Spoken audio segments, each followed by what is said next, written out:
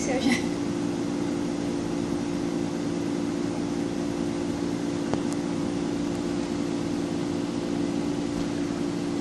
Conseguiu? Você conseguiu pegar? Peguei, vai lá no quadro, Em qual deles?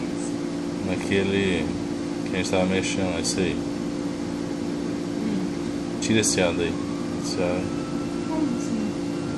Mas se apareceu aí, não, mas deixa, vai assim. Viu lá, né? Tinha um A ali, mas vai insere a imagem. Pode clicar fora aí. Não, clica fora.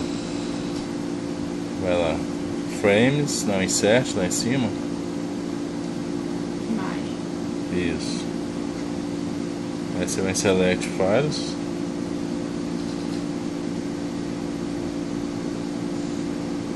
Aí você vai na área de trabalho e insere aquelas duas imagens.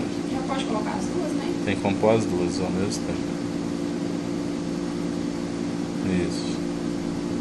Abrir.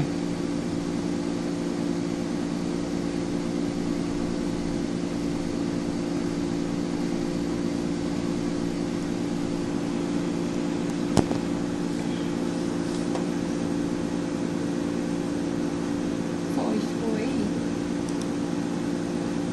Apareceram elas aqui. Agora você põe elas embaixo aí. Mais Isso. embaixo. Acho que tá bom aí nesse lugar aí. Já mudei aqui, não mudou aí, não? Ah, mudou. Por que que eu tô ficando nessa telona aqui? Pois é, agora volta lá no primeiro slide. Agora te arranca esse A aí. Clica nesse A e tira ele. Isso.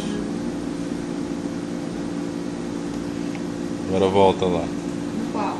Na primeira. Aí vamos ver aqui. Aqui, só pra gente narrar, né? Aqui está a Wanda. Aqui está a Wanda.